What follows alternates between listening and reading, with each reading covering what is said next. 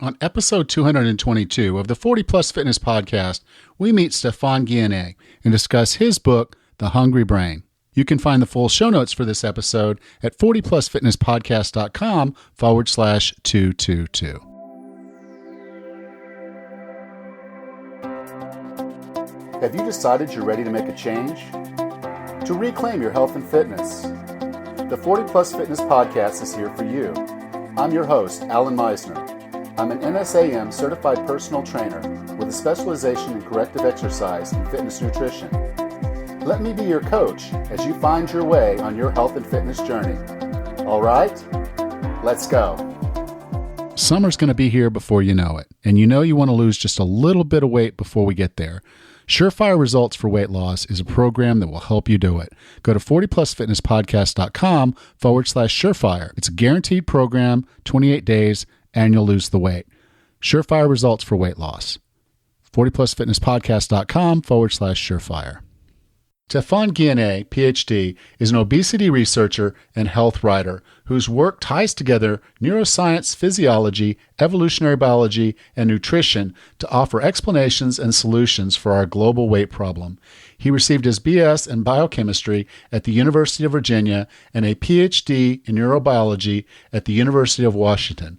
He is the author of the popular health website wholehealthsource.org and is a frequent speaker on topics of obesity, metabolism, and nutrition. So Stephan, welcome to 40 Plus Fitness. Thanks. Good to be here, Alan. So your book, Hungry Brain, the title in and of itself is very compelling to me. But when I got into the book, it was an awesome read. It was some great information. And I really I obviously love history, and I really kind of enjoyed that you gave some of the history of the study of the brain.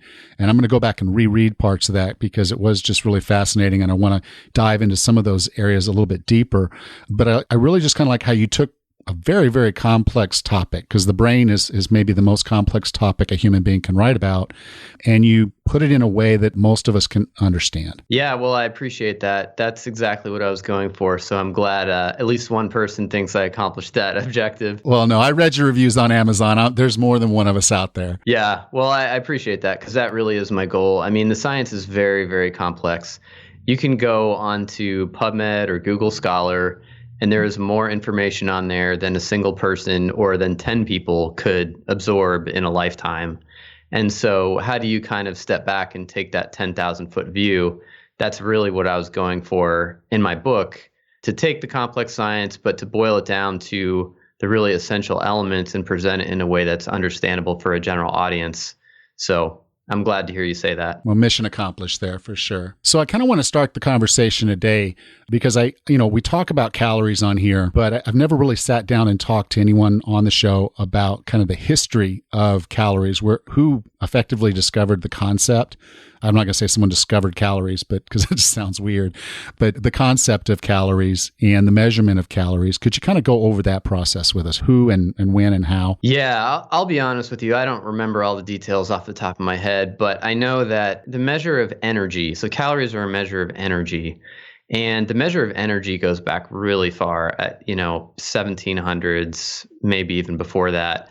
And I think one of the people, and again, I don't remember all the details off the top of my head, but one of the people who was critical in measuring energy, and this again is before the term calorie was coined, was Antoine Lavoisier, who was a French researcher who did studies on, he was like a chemist, and he did studies on energy. And then the term calorie came into use later. And essentially, that was just a unit of measure that was applied to energy. And so just to remind folks in the audience of the relevance of this, energy can be found in various forms. So it can be found as heat, as light, as motion, and also it can be found in the potential energy that's in chemical bonds, which is found in foods. And so those are released as heat and light when foods are burned, just like would happen with gasoline or wood.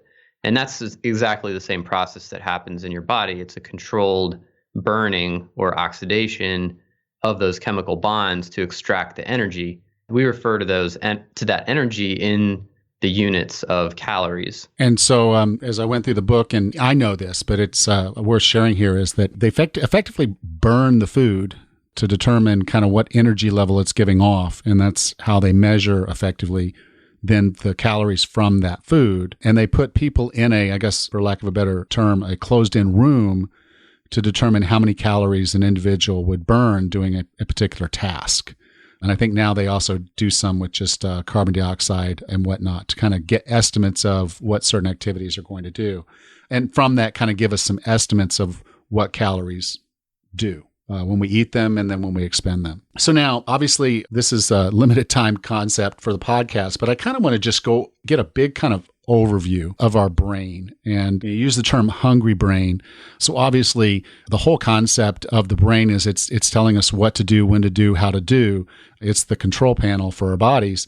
But there's specific parts of our brain and chemicals and whatnot that are kind of driving our behavior around what to eat, when to eat, and how to eat. Yeah. So the basic concept, one of the things I review in my book is how the brain makes decisions, the basic neuroscience of how the brain makes decisions.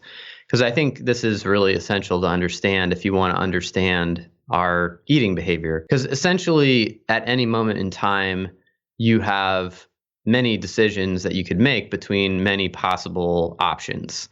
Like right now, I could keep talking into this microphone. I could go into my kitchen and grab a snack. I could jump up and down. I could do a million different things. And so what causes my brain to continue to decide to speak into this microphone?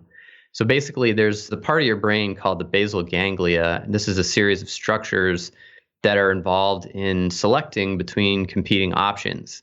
So the option of me to go get a snack, the option of me to jump up and down, or the option of me to keep speaking in this mic are in competition with one another at all times.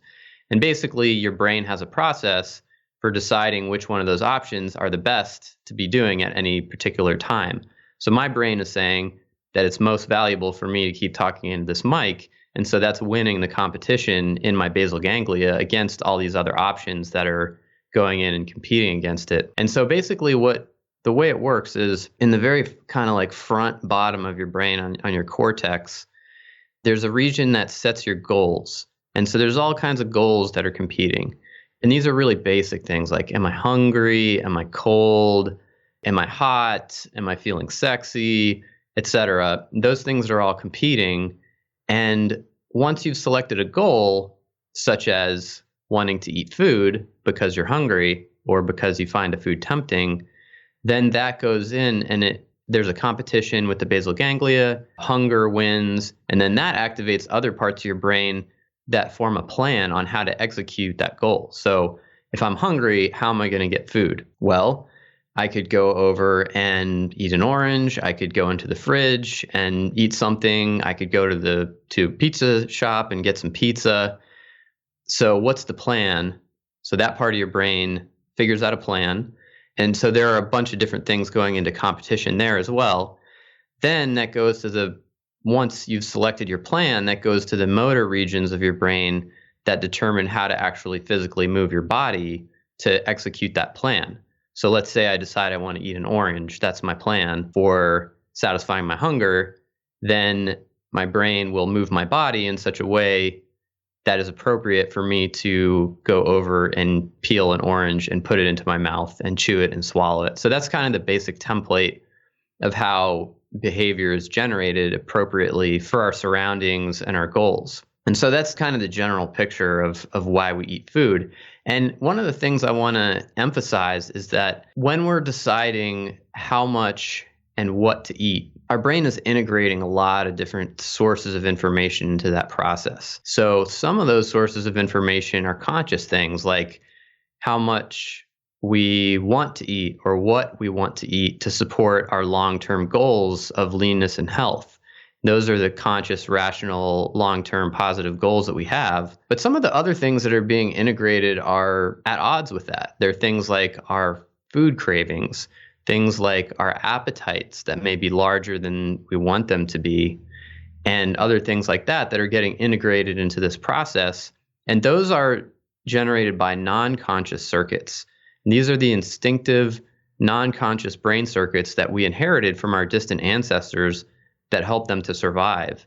But today, the problem is that in the environment we currently live in, those same circuits are giving us drives and urges and instincts that are at odds with our healthy, positive goals and are driving us to eat too much and to eat unhealthy foods.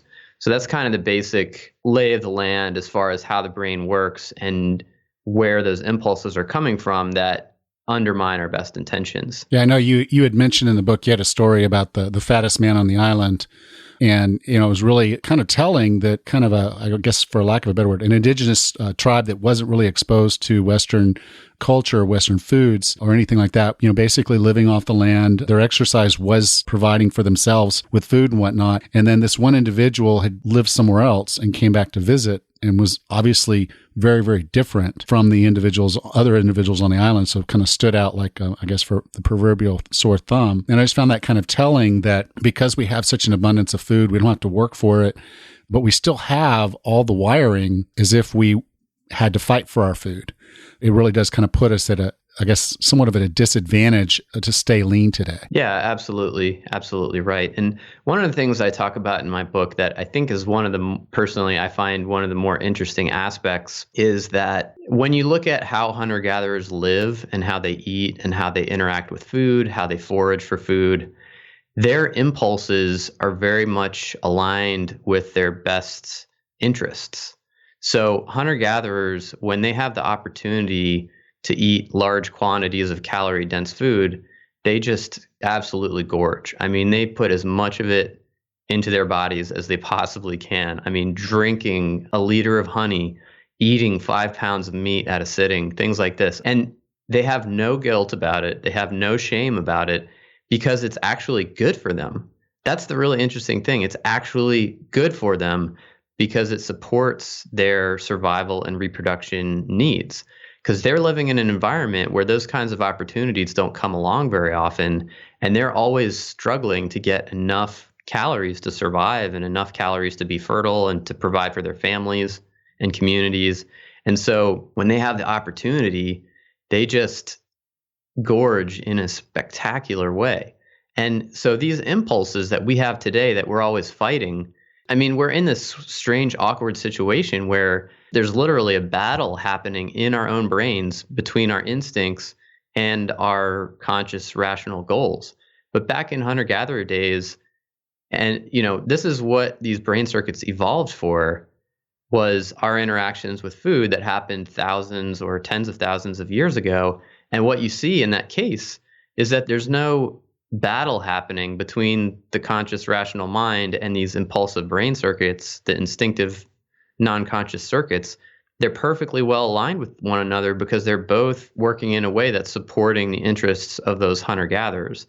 And I think you see this in a lot of areas of life where our kind of instinctive wiring is not really that well aligned with the modern world. Like, why do people carry massive credit card debt and get into trouble? Why do people gamble their money away? I mean, these are kind of like misfires of our ancient brain circuits that are very hard for us to control. And I think our interactions with food is another great example of that, where you can look back and say, there's a really good reason why these circuits exist. At least there used to be. But today, they're just not helping us anymore. Yeah, because I guess the gambling today is monetary, whereas in the past, it would have been, if the two of us go kill that moose, we're going to eat like kings for a few days, or we can just sit over here and we can, keep picking at these roots and be safe. So we're going to take that risk and go try to kill that large mammal. From a gambling perspective, yes, if we didn't occasionally go out and try to kill the moose, everybody would be lost. Yeah, it's a good analogy. Now, there are a lot of things that can kind of trip us up, and I don't want to get too deep into the woods on those, but there was one, it's kind of one of my favorites to talk about here, is sleep. Can you talk a little bit about the importance of sleep with the brain and all of that? Yeah, absolutely. So one of the things that's been observed in observational studies where they just look at a large number of people and they say, what kinds of things associate with weight gain? One of the things that's been found to consistently associate with weight gain over time is insufficient sleep. And that means less than 7 hours per night of sleep.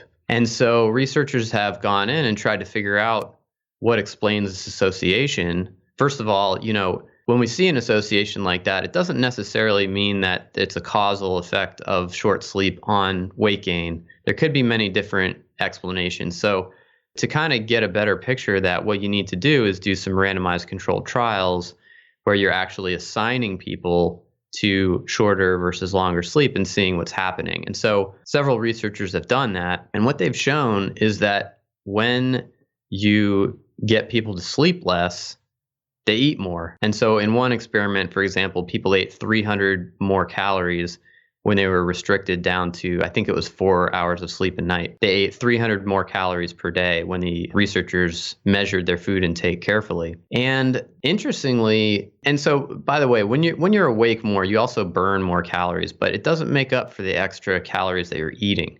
So you end up eating about 200 extra calories net, which is pretty close to the difference between a person who's lean and a person who's overweight in terms of daily calorie intake. So we're talking about a pretty substantial amount.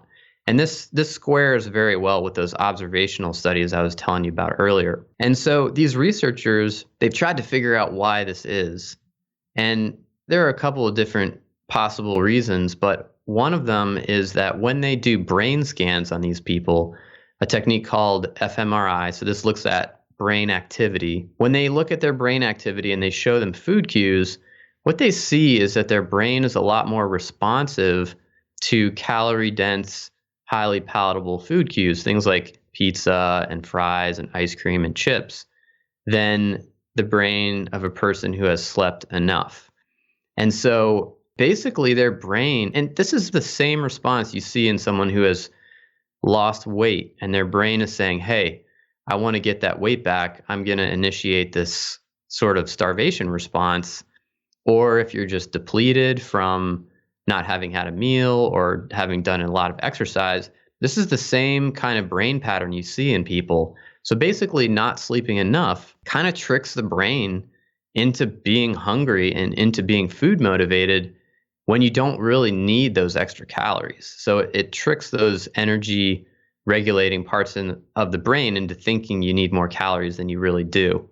So that's one thing that happens. Another thing that happens is you get this, what's called an optimism bias. And what this means, so your brain, as I said, it's always taking a lot of different things into consideration in your decisions, whether you're consciously aware of them or not. And your brain kind of makes pro and con lists for all the different decisions that you're going to make. And a lot of times, the pros are things that are going to happen to you right now, and the cons are things that are going to happen to you later. So like eating a donut is amazing right now, but it might not support your long-term weight management or health goals.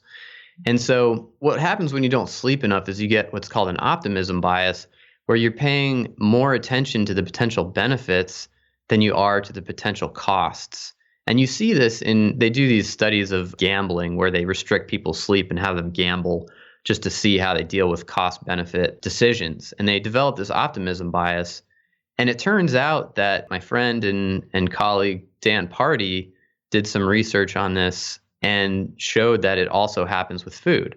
So basically, if you give people a variety of different foods, if they haven't slept enough, they're going to tend to pick foods that they themselves believe are less healthy. And so basically they're paying less attention to the negative things about those foods and more attention to the positive things. So sorry, I left out a piece of information. They will go after foods that are both more seductive and that they perceive to be less healthy. So they're paying more attention to the positive, less attention to the negative, and that's driving them to make unhealthy decisions about food that literally are not aligned with their own personal, positive, healthy goals for themselves. Okay. So more of a turn to the unconscious than the conscious. Yeah, those non-conscious impulses. Okay. Now, in the book, you do have kind of a guideline towards the end, and you talk about the 6 steps for a slimming life cycle. Do you mind taking a little bit of time to go through those? Yeah, sure. No problem. So the first step, and I think this one is very, very important, this is to fix your food environment. So the brain is very reactive to the cues in your surroundings. And this is something I talk about quite a bit in the book and won't go into detail here, but just to explain it a little bit, if you have tempting, seductive, easy foods in your personal environment, then you're going to be more likely to go down that path than if the foods that are surrounding you are things that support your goals and perhaps have small effort barriers to eating those foods, like having to peel an orange, for example. So I think that's something that you can do to really help align your impulses with your actual conscious positive goals in a way that's easy and sustainable. Step number 2 is to manage your appetite. So I spend a lot of time in the book talking about the brain circuits that regulate appetite. And there are a couple of key parts of the brain that do this, both on a meal-to-meal basis and on a long-term basis. And essentially, your appetite can be managed by using certain diet and lifestyle strategies. For example, eating simpler food, eating whole foods that are less calorie dense, as well as maintaining proper sleep and physical activity habits. These are things that are going to play well with those circuits in your brain that regulate your appetite on both a short and long-term basis. So the third thing I talk about is to beware of food reward. So food reward is the seductiveness of food that motivates us to eat things like pizza and fries and ice cream and that sort of thing. And I think this is a pretty intuitive concept for people to understand that certain foods are very seductive, chocolate, bacon, and other foods are not that seductive, like, plain celery sticks or lentils. And there are specific reasons for this that I explain in the book. But essentially, foods that are very, very seductive will drive us to overeat passively just because we like it and we want it. But also it can have effects on the appetite centers that actually make your body want to accumulate fat and make it more difficult to lose fat sustainably. So I think focusing on foods that are satisfying but simple, I think is very helpful with regard to weight management and remaining in control of your eating behavior. The fourth tip is to make sleep a priority. So we talked about that a little bit, the impact that sleep can have on appetite circuits and cognitive decision-making circuits. So I think, and it's not just about spending enough time in bed, it's also about getting high quality sleep and sleep that is aligned with your circadian rhythm or the day-night cycle of light and dark that your brain is normally aligned with. And I talk about some things in the book that relate to properly aligning your circadian rhythm. Primarily, it has to do with managing your light exposure so that you're not getting a bunch of bright, full spectrum light at night. Number 5 is to move your body. So get regular physical activity. So this does a couple things. First of all, it just burns calories. And second of all, it actually impacts the brain circuits that control your appetite. And there's individual variability here in how people respond to exercise. But for most people who have excess weight, physical activity affects those appetite circuits in a way that makes it easier to maintain a lower level of body fat. And this is what you see in the studies that look at long-term maintenance of weight loss. Exercise is one of the most effective ways to maintain weight loss after a person has lost weight.